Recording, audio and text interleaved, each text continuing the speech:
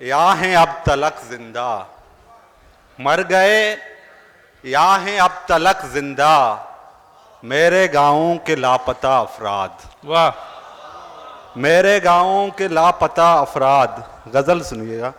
वो मोहब्बत जो मोहब्बत में नजर आई है, वो मोहब्बत जो मोहब्बत में नजर आई है, एक तो जख्म है फिर जख्म की गहराई है, एक तो जख्म है फिर जख्म की गहराई है।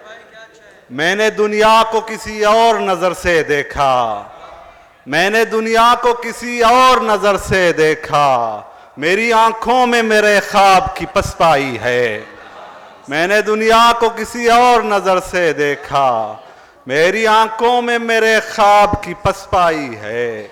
वो जो खुशबू के ताल्लुक से मिला था मुझसे, वो जो खुशबू के ताल्लुक से मिला था मुझसे, रात सोया हो तो उस फूल की याद आई है। वाह वाह वाह। वो जो खुशबू के ताल्लुक से मिला था मुझसे, रात सोया हो तो उस फूल की याद आई है। अपनी नजरों से तुझे देख नहीं सकता मैं, अपनी नजरों से तुझे देख नहीं सकता मैं, मेरी आंखों में किसी और की बीनाई है।